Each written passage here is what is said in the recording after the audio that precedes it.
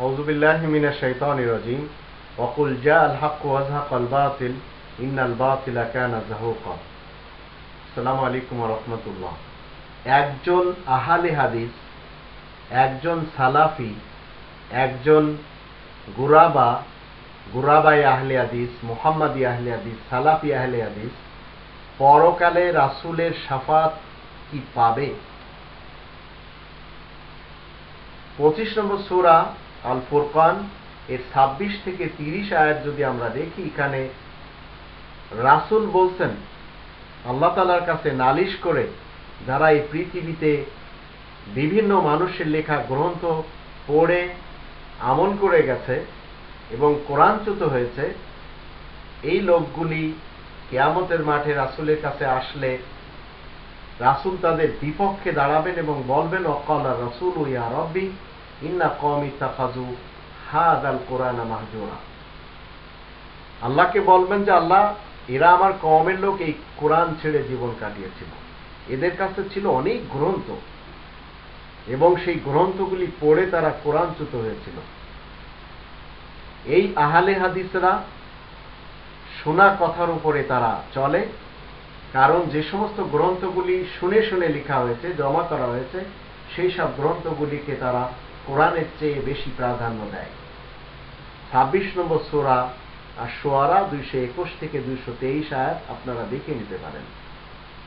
এরা মানুষের লেখা গ্রন্থগুলি মেনে চলে, কোরআনকেও মানে, কিন্তু সেগুলিকে বেশি প্রাধান্য দেয়, অথচ তাদেরকে আল্লাহ তাআলা ধ্বংস করে দেবেন। 2 নম্বর সূরা আল বাকারার 79 নম্বর আয়াতে আল্লাহ বলছেন যে যারা নিজেদের হাতের দ্বারা গ্রন্থ লেখে এবং বলে এটা আল্লাহ তাআলার পক্ষ থেকে বা ইসলামী গ্রন্থ, আল্লাহ তাদেরকে ধ্বংস করে দেবেন।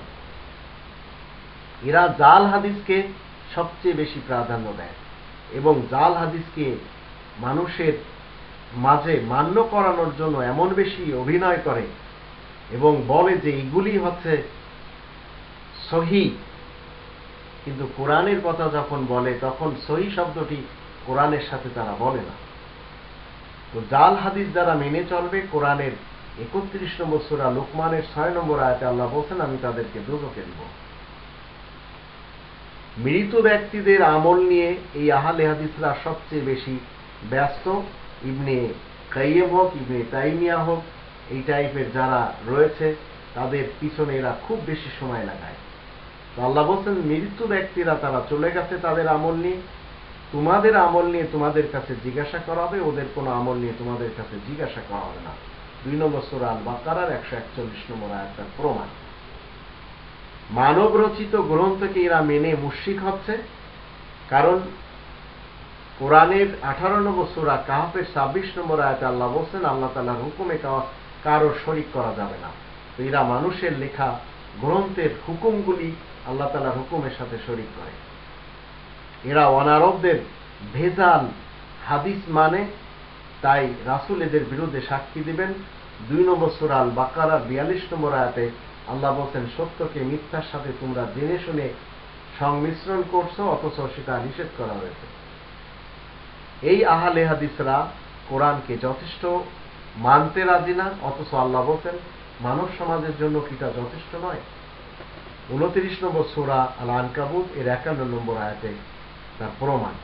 কিন্তু এই লোকগুলি মূলত মানুষকে কোরআন থেকে রুখে যাচ্ছেন, মানুষ যেন খালিসভাবে কোরআন না মানতে পারে, তাই তাদের সব অ্যাক্টিভিটি।